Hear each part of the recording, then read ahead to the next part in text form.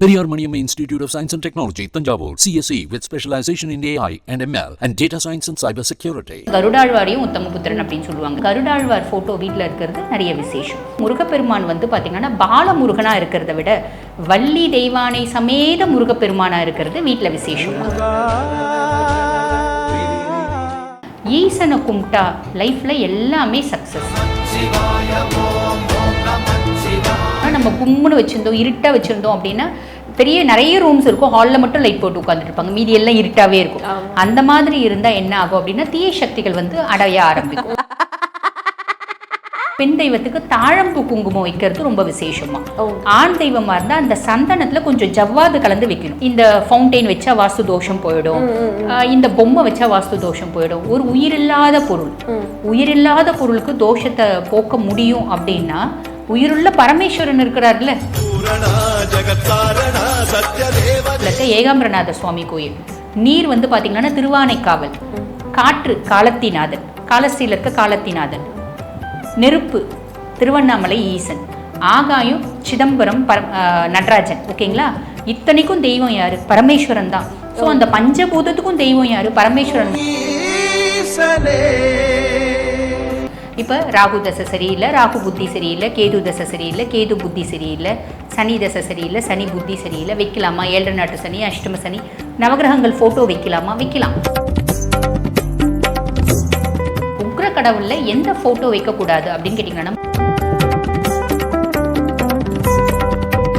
குவி இந்தியாவின் தலை சிறந்த vernacular edtech brand, skilling everyone everywhere. பனி விழும் மலர் வனம் திங்கள் முதல் வெள்ளி வரை மாலை 6 மணிக்கு உங்கள் விஜயில். ஆன்மீக கிளிட்ஸ் நேயர்களுக்கு அன்பார்ந்த வணக்கங்கள். நம்ம சேனல்ல ஆன்மீகம் சார்ந்த பல பதிவுகளை தொடர்ந்து பார்த்துட்டு வந்துட்டு இருக்கீங்க. அந்த வகையில் இன்னைக்கு டாபிக் பார்த்தீங்கன்னா உங்களுக்கான டாபிக்னே சொல்லலாம். ஸோ மக்களுக்கு நிறைய விஷயத்துல வந்து தெளிவு இல்லாமல் இருக்கும். எக்ஸாம்பிளாக சொல்லணும்னா இப்போ கர்மா அப்படிங்கிறதா என்ன, ஸோ அதுலேருந்து நம்ம எப்படி மீண்டு வரலாம். மேலும் இப்போ ட்ரெண்டிங்காக போயிட்டு இருக்கிறது பார்த்தீங்கன்னா வராகி அம்மன். ஸோ வராகி அம்மனோட வழிபாட்டு முறைகள், பெண்களுக்கு மாங்கல்ய தோஷம் ஏற்படுது, ஸோ அதனுடைய வழிபாட்டு முறைகள், மேலும் பெண்கள் திருமணத்துக்கு முன்னாடியும் சரி பின்னாடியும் சரி அவங்க பொட்டு வைக்கிற விதங்கள் மாறும். ஸோ இது போன்ற பல கேள்விகளுக்கு நம்ம கூட பதிலளிக்கிறதுக்காக டாக்டர் தீபா அவர்கள் நம்மோடு இணைஞ்சிருக்காங்க. வாங்க நம்ம கிட்ட இருக்கக்கூடிய கேள்விகளுக்கு விடைகள் கேட்டு தெரிஞ்சுக்கலாம். வணக்கம் மேம். வணக்கம். இப்போ பூஜை அறையில் இந்த மாதிரியான படங்கள் எல்லாம் கண்டிப்பாக இருக்கணும் அப்படின்னு சொன்னால் என்ன மாதிரியான படங்கள், மேலும் எப்படியெல்லாம் பூஜை அறையை வந்து பராமரிக்கணும் மேம்? ஆக்சுவலி பூஜை ரூம் அப்படின்னு எடுத்தாலுமே எல்லாரோட வீட்லேயும் வந்து பார்த்திங்கன்னா ஃபஸ்ட்டு முழு முதற் கடவுள், மூல முதற் கடவுள் அப்படின்னு சொல்லுவாங்க பார்த்தீங்களா, விநாயக பெருமானோட ஃபோட்டோ கண்டிப்பாக இருக்கணுமா. ஓகேங்களா. அதுக்கப்புறம் வந்து பாருங்கள், ஜென்ரலாகவே வந்து இப்போ பெருமாள் வழிபாடு வைணவர்களாக இருந்தால் அது தனி, இப்போ சைவமார்களாக இருந்தால் சிவ குடும்பம் அப்படின்றது இருக்கணும். நாங்கள் எல்லாமே வந்து பார்ப்போங்க. இப்போ வைணவர்மார்களாக இருந்தால் பெருமாளும் மகாலட்சுமி தாயாரோட ஃபோட்டோ இருக்கணும், முறிஞ்ச கருடாழ்வார் ஃபோட்டோ இருக்கணும். ஓகேங்களா. ஏன்னா கருடாழ்வார் ஃபோட்டோ வீட்டில் இருக்கிறதே விசேஷம். கருடாழ்வாரை என்ன சொல்லுவாங்க அப்படின்னு கேட்டிங்கன்னா உத்தம புத்திரன் அப்படின்னு சொல்லுவாங்க. சனியும் உத்தம புத்திரன் சொல்லுவாங்க, கருடாழ்வாரையும் உத்தம புத்திரன் அப்படின்னு சொல்லுவாங்க. ஓகேங்களா. ஸோ கருடாழ்வார் ஃபோட்டோ வீட்டில் இருக்கிறது நிறைய விசேஷம். ஓகேங்களா. இது வந்து வைணவர் வீடாக இருந்தால் இது வந்து கண்டிப்பாக இருக்கணும். அதை தவிர அவங்க என்ன ஃபோட்டோஸ் வச்சுக்கலாம்னு வச்சுக்கலாம். ராமானுஜர் ஃபோட்டோ வச்சுக்கலாம். ஏன்னா அவங்க வந்து பார்த்திங்கன்னா ராமானுஜர் வழிபாடும் வந்து பார்த்திங்கன்னா வைணவத்தில் பெருசாக போற்றப்படக்கூடியது. இப்போ சைவமார்களாக இருந்தால் பரமேஸ்வரனோட ஃபோட்டோ கண்டிப்பாக இருக்கணும். நான் ஆல்ரெடி சொன்ன மாதிரி விநாயகர் இருக்கணும், முருகப்பெருமான் இருக்கணும். முருகப்பெருமான் வந்து பார்த்திங்கன்னா பாலமுருகனாக இருக்கிறத விட வள்ளி தெய்வானை சமேத முருகப்பெருமானாக இருக்கிறது வீட்டில் விசேஷமா. ஓகேங்களா. அதுக்கப்புறம் வந்து பார்த்திங்கன்னா சிவன் பார்வதி கண்டிப்பாக இருக்கணும். இல்லை நிறைய பேருக்கு சில கருத்துக்கள் உண்டு. சிவன் ஃபோட்டோ வீட்டில் வைக்கலாமா? தாராளமாக வைக்கலாம். சிவன் வந்து சுடுகாட்டு வாசியாச்சே, வீட்டில் வைக்கலாமா? தாராளமாக வைக்கலாம். ஏன்னாம்மா ஈசனை கும்பிட்டா லைஃப்பில் எல்லாமே சக்ஸஸ். அதாவது பரமேஸ்வரனோட வழிபாடு நிறைய பேருக்கு தெரியறதில்ல. பரமேஸ்வரனை ஆத்மார்த்தமாக வழிபாடு பண்ணுறவங்க அப்படின்றது வந்து பார்த்திங்கன்னா லைஃப்பில் ரொம்ப பீக்கில் இருப்பாங்க. அது நிறைய பேருக்கு தெரியாது. நிறைய பேர் வந்து பார்த்திங்கன்னா பரமேஸ்வரனை கும்பிடக்கூடாது அப்படிம்பாங்க. அதே மாதிரி பார்த்திங்கன்னா நிறைய பேர் சொல்கிறத நான் கேள்விப்பட்டிருக்கேன், உக்ர கடவுளோட ஃபோட்டோ வீட்டில் வைக்கக்கூடாது அப்படிம்பாங்க. ஆக்சுவலி உக்ர கடவுளோட ஃபோட்டோ வீட்டில் வைக்கிறது கூட ரெண்டாவது இது வைக்கணும். இது சைவ வீடாக இருந்தாலும் வைணவ வீடாக இருந்தாலும் மகாலட்சுமி தாயாரோட ஃபோட்டோ கண்டிப்பாக வைக்கணும். ஓகேங்களா? ஏன்னா லக்ஷ்மி கடாட்சம்ன்றது வேணும் இல்லைங்களா? இது வந்து பேசிக்காக வைக்க வேண்டியது. இது தவிர வேற என்னென்ன ஃபோட்டோஸ் அவங்களுக்கு விருப்பமோ வச்சுக்கலாம். ஓகேங்களா? இப்போ நம்ம வந்து வாராகி பற்றி பேசணும், வாராகி வழிபாடு பண்ணணும், நான் விருப்பப்படலாம், வாராகி தாயாரோட ஃபோட்டோ வச்சுக்கலாம். ஒரு சிலர் நவகிரகங்களை வழிபாடு பண்ணணும் அப்படிம்பாங்க. இப்போ ராகு தசை சரியில்லை, ராகு புத்தி சரியில்லை, கேது தசை சரியில்லை, கேது புத்தி சரியில்லை, சனி தசை சரியில்லை, சனி புத்தி சரியில்லை, வைக்கலாமா? 7 நாட்டு சனி, அஷ்டம சனி, நவகிரகங்கள் ஃபோட்டோ வைக்கலாமா? வைக்கலாம்.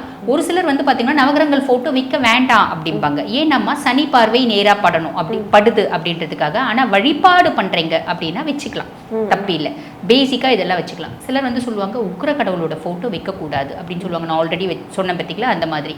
உக்ர கடவுளில் எந்த ஃபோட்டோ வைக்கக்கூடாது அப்படின்னு கேட்டிங்கன்னா, நம்ம குரோதன பைரவர் அப்படின்னு இருப்பார். அந்த பைரவர் வந்து பார்த்திங்கன்னா ரொம்ப குரோதித்தான பைரவர்.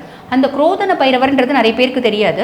ஆக்சுவலி அவரை வந்து சாண்ட் பண்ணுவாங்க நிறைய பேர், அவரை வந்து வழிபாடு பண்ணுவாங்க, அவரை சித்தி பண்ணுவாங்க. அந்த மாதிரி பர்சனாலிட்டிஸ் குரோதன பைரவரை வைக்கலாம், மீதி பேர் வைக்க வேண்டாம். பைரவர் ஃபோட்டோ சாதா பைரவர், பால பைரவர் இருக்கு பார்த்தீங்களா, அது வச்சுக்கலாம். அதே மாதிரி பெரும்பாலும் சொல்கிறது என்னென்னா, இது வந்து மற்ற காளி இருக்காங்க பார்த்தீங்களா, காளியினோட ஃபோட்டோவும் காளியினோட விக்கிரகமும் வைக்கக்கூடாது அப்படின்னு சொல்லுவாங்க. ஆனால் மாத்தா காளியை தாராளமாக வீட்டில் வைக்கலாம். ரீசன் என்ன அப்படின்னா, அவள் உக்ர ரூபினி தான், கோர ரூபினி தான். ஆனால் அவளோட கோர ஸ்வரூபமும் உக்ர ஸ்வரூபமும் எதுக்காக எடுத்தா? உலகத்தை வந்து ரட்சிக்கிறதுக்காக தான் அந்த கோர ரூபமே எடுத்தா.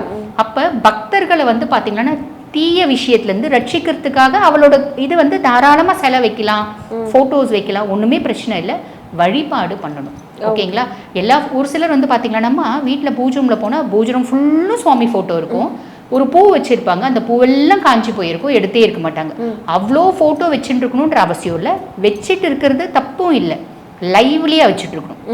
வீடு நம்ம பொதுவாக வந்து பார்த்தீங்கன்னா இப்போதைய காலகட்டத்தில் எல்லாம் பெரிய பெரிய வீடு கட்டிடுறாங்க. பெரிய பெரிய வீட்டை வந்து எல்லா ரூம்ஸையும் லைவ்லியாக வச்சுருக்கணும். லைவ்லியாக வச்சுட்டு இருக்கணும்னா எல்லாத்துலேயும் வந்து பார்த்தீங்கன்னா ஈவினிங் ஆனால் லைட் போடணும், எல்லாத்துலேயும் வந்து நம்ம நடமாடணும். அப்படி இருந்தால் மட்டும்தான் வைக்கணும். இல்லைன்னா என்ன ஆகும்னா, நம்ம கும்முன்னு வச்சுருந்தோம், இருட்டாக வச்சுருந்தோம் அப்படின்னா நிறைய ரூம்ஸ் இருக்கும், ஹாலில் மட்டும் லைட் போட்டு உட்காந்துருப்பாங்க, மீதி எல்லாம் இருட்டாகவே இருக்கும். அந்த மாதிரி இருந்தால் என்ன ஆகும் அப்படின்னா தீய சக்திகள் வந்து அடைய ஆரம்பிக்கும். அதனால் வைக்கக்கூடாது. நம்ம பூஜை ரூமில் எவ்வளோ ஃபோட்டோஸ்னாலும் வச்சுக்கோங்க, எந்த கடவுள்னாலும் வைங்க. வைக்கக்கூடாதுன்ற கடவுள் எதுவுமே கிடையாது. ஒரு சிலர் நடராஜர் வைக்கக்கூடாது அப்படிம்பாங்க, அப்படி கிடையாது. எல்லா கடவுளையும் வைக்கலாம். வழிபாடு பண்ணுறீங்களா வச்சுக்கோங்க. ஷோகேஸ் மாதிரி வச்சுக்கிறதுக்கு பூஜை ரூம் கிடையாது, ஃபர்ஸ்ட் விஷயம். ஓகேங்களா? ஸோ எல்லா கடவுளையும் வச்சுக்கலாம், தப்பே இல்லை. அதுக்கப்புறம் நீங்கள் கேட்டிங்க பூஜை ரூமை எப்படி பராமரிக்கிறது அப்படின்னு. வாரம் ஒரு நாளாவதுமா பூஜை ரூமில் இருக்க எல்லா ஃபோட்டோஸையும் வந்து துடைக்கணும். கொஞ்சமாக லைட்டாக ஈர துணி போட்டு அதுக்கப்புறம் காஞ்ச துணி போட்டு துடைச்சிட்டு, ஆண் தெய்வமாக இருந்தால் சந்தனம், பெண் தெய்வமாக இருந்தால் மஞ்சள் குங்குமம். அந்த குங்குமத்தில் வந்து பார்த்தீங்கன்னா பெண் தெய்வத்துக்கு தாழம்பு குங்குமம் வைக்கிறது ரொம்ப விசேஷமா. ஆண் தெய்வமாக இருந்தால் அந்த சந்தனத்தில் கொஞ்சம் ஜவ்வாது கலந்து வைக்கணும். ரீசன் என்னென்னமா, இந்த மாதிரி பூஜை ரூமில் வந்து நல்ல வாசம் இருக்கும்போது இறைநிலை அப்படின்றது அதிகமாக இருக்கும். ஸோ வாரத்தில் ஒரு நாள் இது எல்லாத்தையும் க்ளீன் பண்ணணும். பூஜை பாத்திரத்தையும் வாரத்தில் ஒரு நாள் க்ளீன் பண்ணணும். அது எந்த நாள் க்ளீன் பண்ணணும், எந்த நாள் க்ளீன் பண்ணக்கூடாது அப்படின்னம்மா, ஏகாதசி, பௌர்ணமி, அமாவாசை, கிருத்திகை, அதே மாதிரி பார்த்தீங்கன்னா சிவராத்திரி, மாச பொறப்பு அந்த க்ளீன் பண்ணக்கூடாது. செவ்வாய் வெள்ளி க்ளீன் பண்ணக்கூடாது. இது தவிர மீதி நாளில் க்ளீன் பண்ணலாம். மீதி நாள் பாத்திரம் கழுவலாம். வியாழக்கிழமை இப்போ நிறைய பேர் செவ்வாய்க்கிழமை வெள்ளிக்கிழமை உட்காந்து பூஜை ரூம் க்ளீன் பண்ணுவாங்க, செய்யக்கூடாது. பூஜை ரூம் க்ளீன் பண்ணக்கூடாது, பூஜை பாத்திரங்களை கழுவக்கூடாது, சுவாமி ஃபோட்டோஸை தொடக்கூடாது, வீடு மெழுகக்கூடாது. வியாழக்கிழமை செஞ்சுக்கலாம், திங்கக்கிழமை செஞ்சுக்கலாம். அதில் இந்த நாட்கள் இருக்கக்கூடாது, இந்த திதிகள் இருக்கக்கூடாது, அது பார்த்துக்கணும். இப்போ வியாழக்கிழமை நீங்கள் இதெல்லாம் க்ளீன் பண்ணுறீங்க அப்படின்னாமா, வியாழக்கிழமை 4:30 to 8 குபேர நேரம். குபேர நேரத்தில் க்ளீன் பண்ணக்கூடாது. குபேர நேரத்தில் நம்ம வீடை க்ளீன் பண்ணால் வீடு க்ளீன் ஆகிடும். Okay okay. நம்ம வந்து கையில் இருக்க காசு வந்து கரையும். அந்த குபேர நேரம் அப்படின்றது குபேரனை வழிபடுற நேரம். ஒன்று குபேரனை வழிபடு, இல்லை மகாலட்சுமியை வழிபடு, அந்த 4:30 to 8. அதை தவிர மீதி நாட்கள் க்ளீன் பண்ணலாம். மீதி நாட்கள் நம்ம பூஜை ரூமை க்ளீன் பண்ணுறோம், பூஜை பாத்திரத்தை க்ளீன் பண்ணுறோம், ஃபோட்டோ க்ளீன் பண்ணுறோம். அது ஞாயிற்றுக்கிழமையாக இருந்தால் என்னன்னா சூரிய பகவானோட அனுகிரகம் கிடைக்கும். ஓகேங்களா? சனிக்கிழமையாக இருந்தால் நம்ம நீண்ட தூர பிரயாணம் வந்து வெற்றி கிடைக்கும், சனி பகவானோட அருளாசி கிடைக்கும். திங்கக்கிழமையாக இருந்தால் சாக்ஷாத் பரமேஸ்வரனோட அருள் கிடைக்கும், சந்திர பகவானோட அருள் கிடைக்கும். செவ்வாய்க்கிழமை நம்ம செய்ய போகிறதில்ல. புதன்கிழமையாக இருந்தால் பிள்ளைங்க புத்திசாலியாக இருப்பாங்க, புதன் கிரகத்தினோட அனுகிரகம் கிடைக்கும். ஸோ இந்த மாதிரி ஒவ்வொரு நாள் க்ளீன் பண்ணுறதுக்கும் ஒவ்வொரு விசேஷம் இருக்குமா. அதே மாதிரி வீடு மெழுகும் போது நம்ம வெறுமனே மெழுகக்கூடாது. வீடை கழுவி விட்டுறாங்க, மெழுகுறாங்க பார்த்தீங்களா, அது வெறுமனே மெழுகக்கூடாது. நம்ம வீட்டில் எப்பயுமே என்ன பண்ணணும்னா, ஒரு பாட்டிலில் ஒன்று கோமியம் இல்லைன்னா கடல் தண்ணி வச்சுக்கணும். வச்சுட்டு வீடு முழுகும் போது ஒன்று கோமியம் ஊற்றி இல்லை கடல் தண்ணி ஊற்றி முழுகணும். இல்லையா, ஒன்றுமே பிரச்சனை இல்லை, கல்லுப்பு இருக்குல்லம்மா, கல்லுப்பு போட்டு வீடெல்லாம் மெழுகிடணும். மெழுகிட்டு அந்த மெழுகின பின்னாடி கொஞ்சம் கற்பூரம் எடுத்துக்கணும். வீட்டினோட கார்னர்ஸ் இருக்குது பார்த்தீங்களா, இப்போ கதவு இருக்குன்னா இங்கே கார்னர்ஸ் இருக்குது பார்த்தீங்களா, அந்த ஒரு அரை கற்பூரம் எடுத்து புட்டு புட்டு புட்டு எல்லா இடத்துலையும் போடணும். இது எதுக்கு அப்படின்னு கேட்டிங்கன்னா குட் வைப்ஸ் வீட்டில் வர்றதுக்கு. அதே மாதிரி நிலவாசப்படிக்கு மேலே, அதாவது நிலவாசப்படிக்கு மேலே தான் வந்து பார்த்திங்கன்னா குலதெய்வம் குடியிருக்காரு. அப்போ அந்த நிலவாசலுக்கு வாரத்தில் ஒரு நாள் மஞ்சள் குங்குமம் அவங்கவுங்களோட வழக்கத்து பிரகாரம் நாம வைப்பாங்க, பட்டை வைப்பாங்க இல்லைங்களா, அவங்கவுங்களோட குடும்ப இது பிரகாரம் அந்த மாதிரி மஞ்சளும் குங்குமமும் அந்த வாசம் இருக்கணும். நிலவாசலுக்கு மேலே வந்து பார்த்திங்கன்னா ஒரு எலுமிச்சம்பழம், ஒரு 7-8 பச்சை மிளகா குத்தி வைக்கணும். அது எதுக்கு அப்படின்னா நம்ம வீட்டுக்கு நல்லது வர்றதா இருந்தாலும் கெட்டது வர்றதா இருந்தாலும் தலைவாசல் வழியாக நிலவாசல் வழியாக தான் வரும். இப்போ ஜெயிஷ்டவரா, அதாவது ஜெயிஷ்டரா யாரு, ஸ்ரீதேவிக்கு அக்கா மூதேவி, அவள் வரான்னா உள்ளேயே வரமாட்டாளாம். எலுமிச்சம்பழமும் இந்த பச்சை மிளகா இருந்தால் அதையே சிக் பண்ணிட்டு போயிடுவாளாம். சிக் பண்ணிட்டு சப்பிட்டு போயிடுவாள். தாயார் மட்டும்தான், மகாலட்சுமி மட்டும்தான் உள்ளே வருவாள். டெய்லியே அந்த வீட்டுக்கு வெளியே 2 விளக்கு ஏற்றி வைக்கணும். வீட்டு தலைவாசலனோட 2 சைடும் 2 விளக்கு ஏற்றி வைக்கணும். ஸோ இந்த மாதிரி சின்ன சின்ன விஷயமா நம்ம ஃபாலோ பண்ணும்போது நம்மளுக்கு வந்து மகாலட்சுமி கடாட்சம் கிடைக்கும். வீட்டில் வந்து பெரிய பெரிய பிரச்சனைகள் அப்படின்றது வராது. பெருசாக வரணும் அப்படின்றத கூட சின்னதாக போயிடும். ஸோ பூஜை ரூமில் வந்து சிலர் வந்து பாருங்க அந்த பூ வச்சுடுவாங்க, மாதக்கணக்காக எடுக்கவே மாட்டாங்க. நான் ஆல்ரெடி சொன்ன மாதிரி நீங்கள் நிறைய ஃபோட்டோ வச்சு எடுக்க முடியலையா, நீங்கள் மெயினாக பிரதானமாக என்ன வழிபாடு பண்ணுறீங்க? தேவதாஸ் நம்ம வழிபாடு பண்ணுவோம்ல, இஷ்ட தெய்வம் குலதெய்வம், எல்லா பூஜை அறையிலையும் குலதெய்வம் ஃபோட்டோன்னு இருக்கணும். சில குலதெய்வத்துக்கு ஃபோட்டோ இருக்காது, அவங்க வந்து இந்த சிறுந்தெய்வங்களாக இருக்கும், ஃபோட்டோ வைக்க முடியாது, அவங்க வந்து மானசீகமாக குலதெய்வத்தை வழிபாடு பண்ணிக்கலாம். ஸோ எல்லா தேவதாக்கும் நம்ம பூ வைக்க முடியல அப்படின்னாலும் நம்ம வந்து டெய்லி பாராயணம் பண்ணுறோம், பூஜிக்கிறோம் பார்த்தீங்களா, அந்த தேவதாக்கு மட்டும் ஃபோட்டோவில் பூ வைக்கணும், மறுநாள் எடுத்துடணும். காலையில் நைட்டு 2 நேரமும் விளக்கேற்றணும். காலையில் பிரம்ம முகூர்த்தம் ஏற்றுறது விசேஷம், முடியாட்டி 7 மணிக்குள்ளேயாவது ஏற்றணும். மாலை 5:30 மணிலேருந்து ஒரு 6:30 மணிக்குள்ளேயாவது கண்டிப்பாக விளக்கேற்றணும். ஸோ பூஜை முறையில் வந்து இதெல்லாம் கடைபிடிச்சிங்கன்னா ரொம்பவே சிறப்பாக இருக்கும்னு சொன்னீங்க மேம். நானுமே எங்கள் அம்மா கிட்ட போய் இதை பற்றி சொல்ல போகிறேன். ரொம்ப சிறப்பு மேம். அடுத்தபடியாக பார்த்தீங்கன்னா இப்போது நம்ம ஒரு வீடு கட்டிட்டோம், ஆனால் அந்த வீட்டுக்கு குடி போக முடியல, இல்லை ஒரு வீடு கட்டுறதே ஒரு பிரச்சனையாக இருக்குது அப்படின்னு என்ன ரீசன் இதுக்குன்னு பார்த்தா வாஸ்து தோஷம்னு சொல்லுவாங்க. ஸோ அதுலேருந்து மீண்டு வரத்துக்கு எளிமையான வழிமுறைகள் எதுனா இருக்கா மேம்? ஆக்சுவலி இந்த வாஸ்து தோஷம் அப்படின்றா ஃபர்ஸ்ட் வாஸ்து புருஷன் யாருன்னு பார்க்கணும். வாஸ்து புருஷன் அப்படிங்கிறவர் ஒரு பூதம், ஈசனால நியமிக்கப்பட்டவர். அந்த வாஸ்து புருஷன் அவர் வந்து ஈசனால நியமிக்கப்பட்டாரு. அதாவது எந்த ஒரு இடத்துல கட்டிடங்கள் எழுப்பணும் அப்படின்னாலும் வாஸ்து பகவானுக்கு கொஞ்சம் பிரீத்தி பண்ணிட்டு கட்டிடங்கள் எழுப்பணும், அந்த பில்டிங்கை அவர் காப்பாற்றணும் அப்படின்றது ஸ்வயம் ஈசனோட ஆணை. அதை வந்து செயல்படுத்திட்டு இருக்கவர் தான் வாஸ்து பூதம். அவர் வந்து வாஸ்து புருஷர் அப்படின்ற மாதிரிலாம் அவர் வாஸ்து தெய்வம் அப்படின்னு சொல்றாங்க. அவர் ஒரு பூதம். எப்படி ஈசன் காலடியில் திலக் சுந்தரி அப்படின்னு ஒரு பூதம் இருக்கா, அந்த மாதிரி வாஸ்து பகவானும் ஒரு பூதம் தான். சரிங்களா? இப்போ இந்த வாஸ்து பார்த்து எல்லாராலையும் வீடு கட்ட முடியுமா அப்படின்னா சிலரால 100% கட்ட முடியுமா அப்படின்னா அது சான்ஸ் இல்லை. கோயில்கள் பெரிய பெரிய ஆலயங்கள் மட்டும்தான் 100% வாஸ்துவோடு இருக்கு. அதாவது இந்த மண்டபம் இருக்கணும், இந்த இடத்துல குளம் இருக்கணும், இந்த மண்டபம் இந்த அளவில் தான் இருக்கணும், இந்த குளம் அறுகோண வடிவத்தில் இருக்கணும், முக்கோண வடிவத்தில் இருக்கும், இப்படி நிறைய விஷயம் இருக்குது. ஓகேங்களா? கர்ப்பகிரகம் எந்த இடத்துல இருக்கணும், எத்தனை அடி இருக்கணும், அந்த வாசல் வந்து எவ்வளோ உயரத்தில் இருக்கணும், இந்த மாதிரி எல்லா பர்ஃபெக்ஷன்ஸும் வந்து கோயில் தான். அதுவும் இப்போ சமீபமாக கட்டுற கோயிலுக்கு அந்த அளவுக்கு பர்ஃபெக்ஷன்ஸ் இருக்கா? இல்லை. அது வந்து புராதன கோயில்கள். மடப்பள்ளி அப்படின்னாலே மடப்பள்ளிக்குன்னு ஒரு ப்ரொசீஜர்ஸ் இருக்குது. மடப்பள்ளி இந்த நேரத்தில் தான் வந்து நம்ம அடுப்பு எரிய வைக்கணும், இந்த பாத்திரத்தை தான் செய்யணும், இந்தந்த ஒரு பொருட்கள் இந்த அளவில் தான் போடணும், இந்த மாதிரி நிறைய ரெஸ்ட்ரிக்ஷன்ஸ் இருக்குது.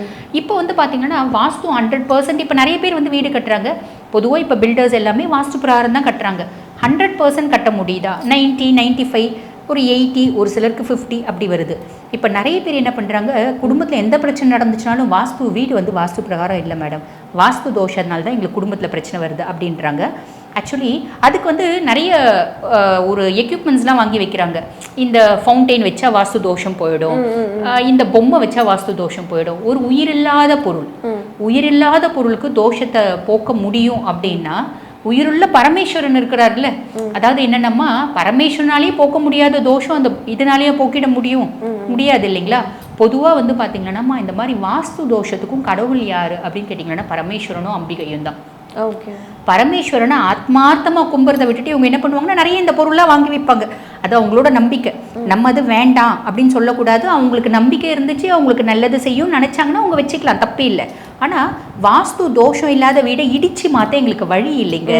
இடிக்கிறதுக்கு நிறைய செலவாகுது, அதனால் நாங்கள் இந்த பொருள் வாங்கி வச்சோம்.